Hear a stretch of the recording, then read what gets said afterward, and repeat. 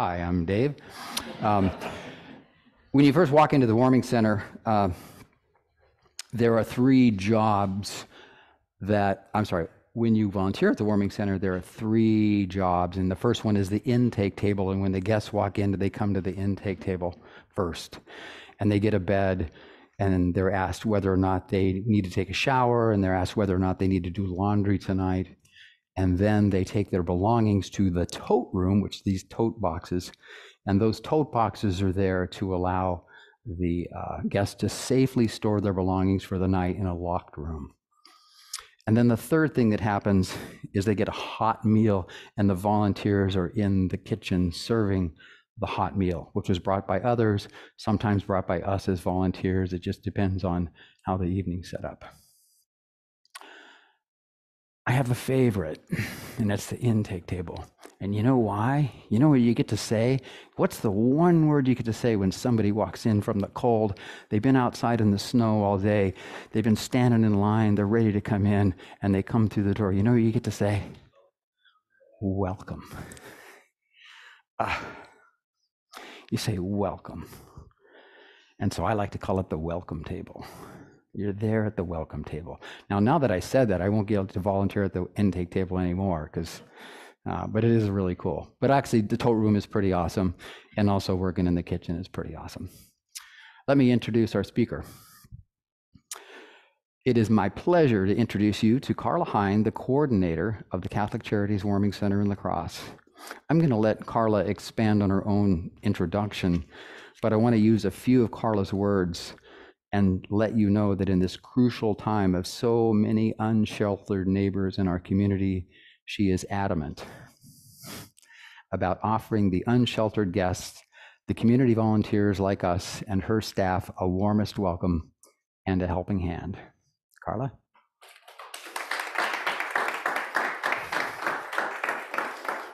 Just so everybody knows, I broke the mic before we started, so that might be why it's not working. Hi, guys. I'm Karla Hein. I am the coordinator at the Warming Center. Some of you I've seen there before, and it's awesome. So I've 20, I'm not going to stand behind the podium. That's just not me.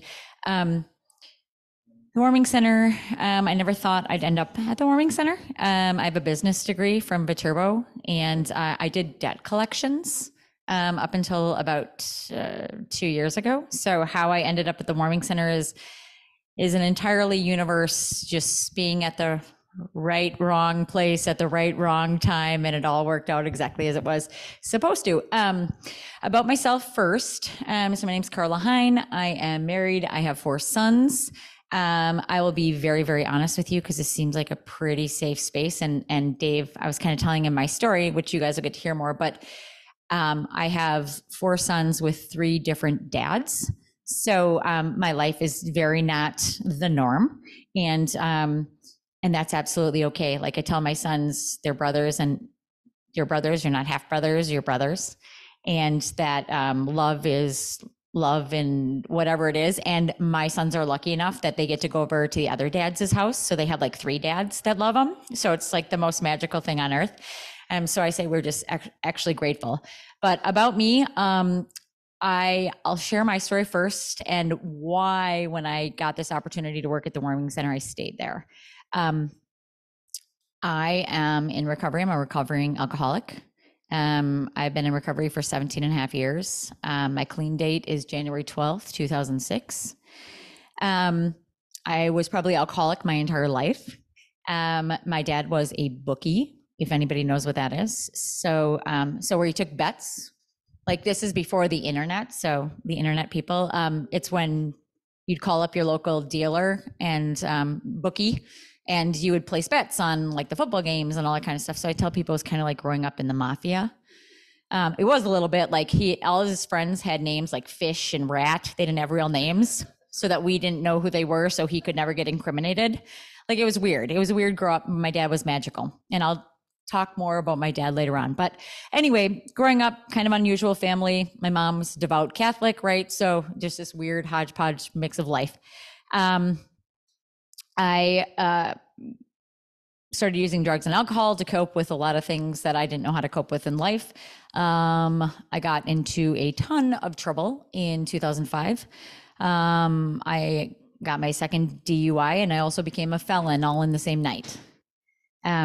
So that's my story. That's why I love the guests at the warming center. And sometimes my mom's come and help there, and she's like, I don't get it.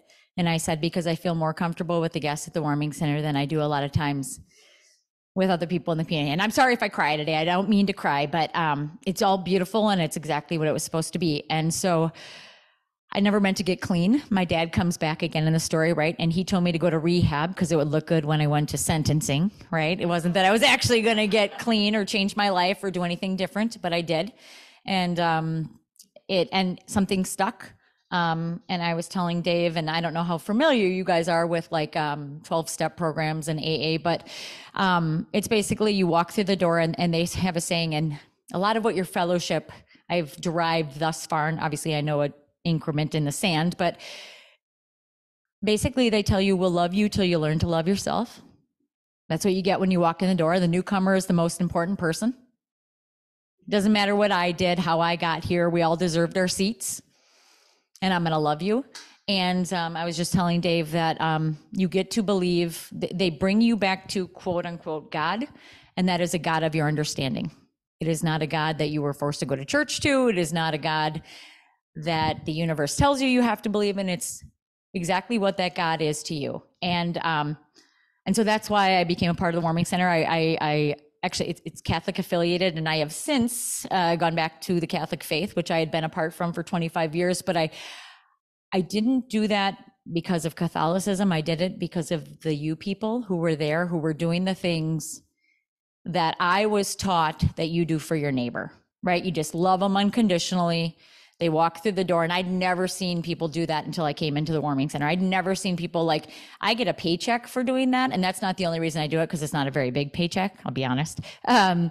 But I had people coming in who were just doing it with no paycheck. And so I always say to my staff, I say, you always kiss the volunteers, BUTTs, S's, because they're doing what you do, and they're doing it for free. And so you guys are what make up the warming center. The warming center is not the warming center without our volunteers. Guests, look forward to seeing you. I ended up at the warming center because there was, do you guys remember the Econo Hotel, Econo Lodge? Yes. And that kind of disaster, wonderful, whatever it was, right? No need to judge, just it is what it is. I ended up working there part-time because I was doing debt collections. My husband had taken a job there because my third son's dad knew the lady who was running it, right? The universe unfolds exactly as it's supposed to. And he's like, hey, would your husband, my husband and him are really good friends. And he's like, would you like to work there for a while? And my husband's like, he's like we're exact opposites. And he's like super introvert and like 6'2", and he like loves basketball. And he's like, all right, like I'll give this a shot. And he loved it. And I was like, what? Like, you love this? Like, that's not a real thing. He's not a person to like love people or things. And it's funny because the guests still love him way more, because a lot of our guests end up and they'll say, why isn't your husband here? He volunteers there now, but he can't work there because I'm his boss. But they'll be like, why isn't your husband here? We really loved him. And he's kind of magical. But he started working there and he loved it. And I was like, no, that can't be a real thing. And so I started working there like part-time. And I'll be honest, when I got there, I was afraid. Like fear consumed me. I had like 6 layers of clothing. I was telling Dave this. It was like right during COVID. I actually got COVID for the first time when I worked there.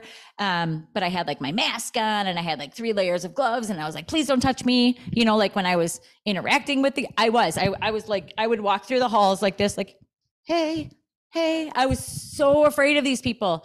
And then I realized they were people. They were people just like me. They were just as afraid of me as I was of them. And day by day that I worked there, layers started to come off. Layers like that you didn't see either, right? The physical layers came off, but the layers of me and the layers of them started to melt, and we became one.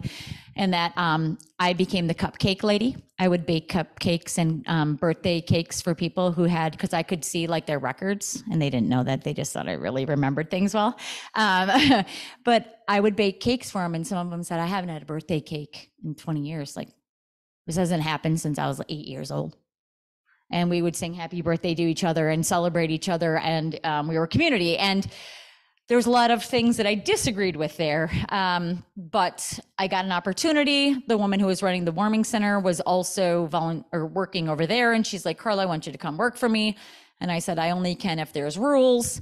And not that I need a lot of rules, because I like to break the rules, right? If you're a felon, you're not really a rule follower to begin with, right? So I was like, but I need there to be rules because I need people to feel safe. And when we were at the Econo Lodge, I had a lot of people who did not feel safe, people who live there, biggest probably, right? The guests who live there, and then people who volunteer there.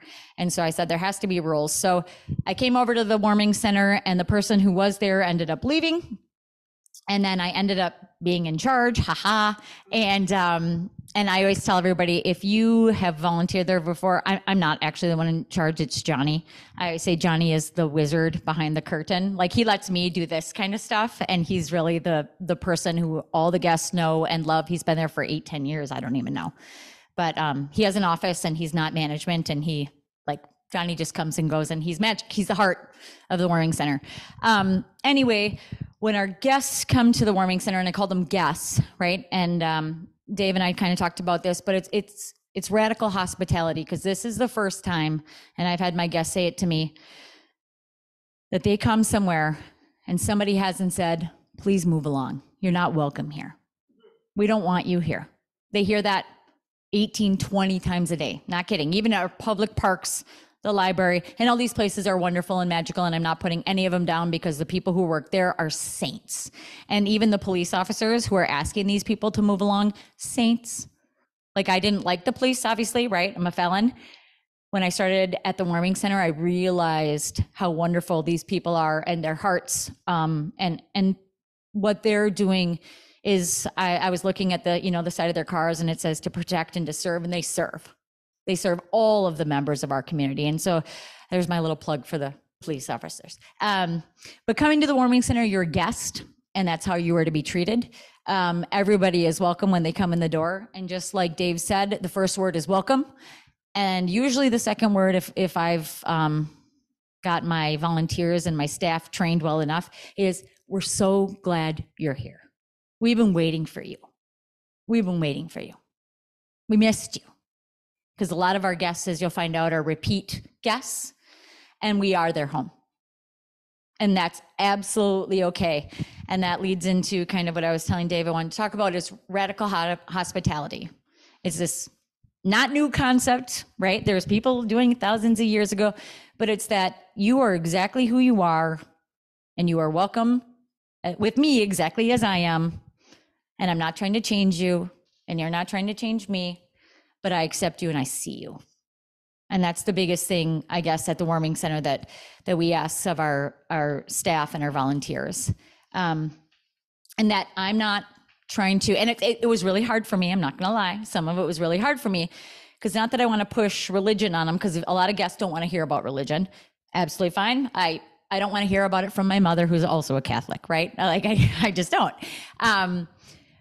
But that they are absolutely welcome. And that I don't even want you to stop using drugs or alcohol. I want that for you, but I'm not going to tell you that's what you need to do, or that's who you need to be in order to be of any value in this world. That's not my call. That's for you, hopefully at some point, to have me love you enough that you love yourself, that's the choice that you make, because somebody loved me enough to do that. So we are the only space in town that does, well, Econo Lodge did, but that does take people who are actively on drugs and alcohol. We also take everybody with every single criminal background that you've ever had. Yes, and I don't mean this to scare people, and please don't let it scare you, because it can be frightening until you meet our guests, and then you realize they are literally just as afraid of us as we are of them, or thought we were of them. But like, there are people who have been in prison for murder who come to the warming center. There are people who have done things that, I can't speak for you. I was told that those were unforgivable sins, right? Nothing's unforgivable. Nothing can push you away from me that you're not another human being. And I guess that's my favorite part of the warming center, is that we don't say no to anybody. And I say that we don't say no to anybody, you're welcome, but there are rules that you have to follow while you're there, right? You can't be actively using drugs while you're there, right? Because my job is to keep everybody safe, which I do. And a lot of my guests will say, "You're no fun, Karla." And I say, "Thank you. I shouldn't be fun because it's not a disco that you just walked into. You just walked into the warming center." And so I say, you know, it's really fun when you get your own place and you can play your own music and you don't have to sleep next to the guy with the stinky feet. That's when the fun starts happening. And so I think you get my point across, but I love our guests, but I'm also I love our volunteers and I love our staff, and nobody is above anybody else. We're all equal. And I'm going to tell you this, and it's going to be a huge shock, but you're going to learn 10 times and you're going to get 10 times more from the guests than they'll ever get from you. That hot meal, yeah, that'll keep them, fill their bellies for the night. But that feeling that you're going to take away with, you're going to have that forever.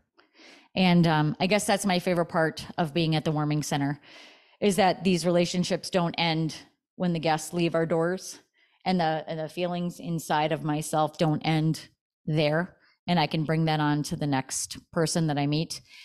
And I also tell people, we might be the only person in town that anybody knows of that's been in the warming center, guest, staff, volunteer, and then we can say what we've experienced. And sometimes that's scary stuff. Like, somebody said something scary, heavy. My mom came, and my mom is a psych nurse. Okay, right? She came and volunteered, and she goes, she's like, "I can't believe how calm you are." Is what she said to me. And I'm not the most calm person, but I was like, "Mom, this is every night." And it's not that crazy stuff happens. It's just that it's absolute acceptance. Like, my mom is a fixer, and we're going to shut this down, and we're going to stop that, and we're going to do this. And it's just like, that's where they're at. That's the best thing they can think of right now to do. And I'm okay with that. And that's radical hospitality, right? I'm going to love you, and I'm going to invite you to bingo. And, you might have no idea what's going on. And I'm going to love when you shout bingo and you've got nothing marked on your card. Absolutely okay. Like, you are welcome here. We do fun stuff like that. Our guests, they're dealing with everything you can imagine. But their hearts are also yearning for somebody who believes in them, just like mine was, right? When I walked into the rooms of AA, somebody said, "I'll love you." And that's kind of the same mentality I have at the warming center, is that we're just going to love them until they learn to love themselves. And we're also, so I accept them all where they're at. I'm not trying to change anybody, but I will plant seeds. I will plant those seeds. "Hey, did you think about going to an AA meeting? There's a really great, hey, how's that job application going? Oh, are you struggling with that?" That kind of thing, like, there's nothing wrong with planting seeds, because if nobody planted a seed in my garden, it would never have grown. I didn't know how to plant seeds. I knew how to rip things up and make disasters. That's what I knew. And so our guests can't do better until they know better and we show them better. And that's our part. That's our part. And not that we're better. That's another thing too, is that we're all the same. Like, every guest that comes in here, and I have sayings, and I gave them, I wish you guys could have come. So we had a celebration for volunteers, and I created this little booklet on like volunteers and staff. And it was like, what did it say? I can't think. Oh, it says, "The Titanic was built by man. Noah's Ark was built by volunteers." Which one was more powerful, right? And then there was, "You don't think that what you do makes a difference? Try sleeping with a mosquito in a tent," right? If one person can make a difference, right? That little mosquito is going to keep you up all night. So, like, there's things that you can do. And then there was another one about homelessness. And it was like, a homeless person is a person without a home. That's it. That's the difference between you and them. Nothing. 4 walls and a roof. So what? And I know for me, it gave me so much gratitude, and not gratitude that I have and they didn't, but like things that I never appreciated. Like, when I can unlock the door to my house, and I don't actually lock it. Who am I kidding? If you need to steal something from my house, then you really needed it, because I don't have a lot, right? And I'm okay with that. But like, when I go into that door and I realize, wow, I have a door that I'm always welcome at. what a gift.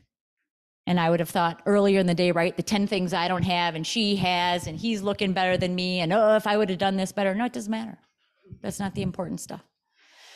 So that's my spiel about the warming center. We do need people to come volunteer. Our guests, like regulars, are wonderful, but if you come just once and experience it, that's wonderful too. But our guests really look forward. Like they will literally know your name and be like, she wasn't there. Where is Dave?